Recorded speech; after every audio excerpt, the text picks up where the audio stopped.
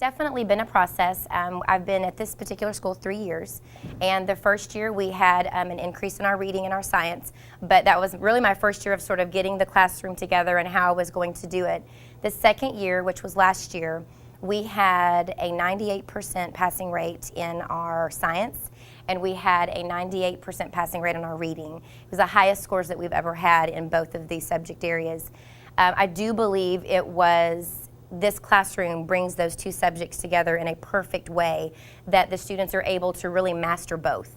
It gives them a little extra reading time during the day, it gives them a little extra science class period during the day, and it gives them a chance to practice those skills and get really, really good at them, far better than what we had projected.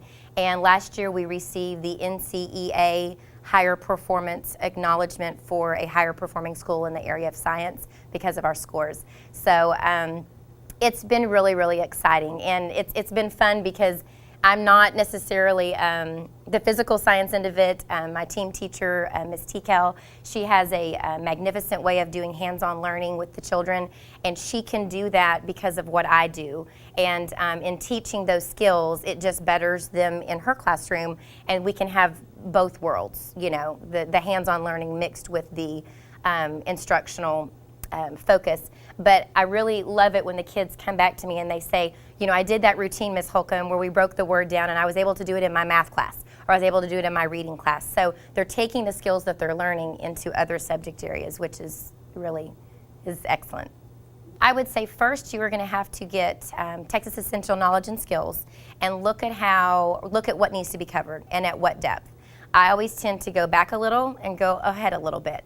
I know that they won't remember all of it, but even if it's just presented to them, they may not need to know all the parts of the cells just yet, but I know that they're going to see that in the 6th grade, and so it gives them sort of a foundation to build on.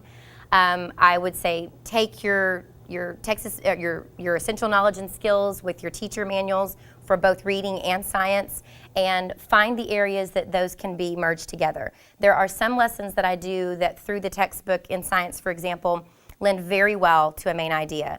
I had a particular lesson this year on competition among animals and ecosystems and dependence of organisms, and it lent itself very, very well to a summarization lesson. And so we were able to go through all of our main idea strategies and pull it together at the end of the week for a summarization. And it wouldn't have worked so well necessarily with the text that I had for food chains and things like that.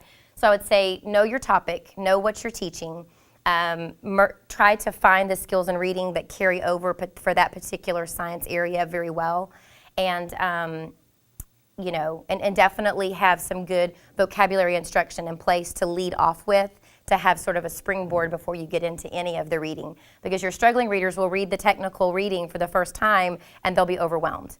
And they'll look at that and say, well, I can't read that word. So if they have strategies in place at the beginning of the year to get through those multisyllabic words, then they are able to feel successful as the year goes on.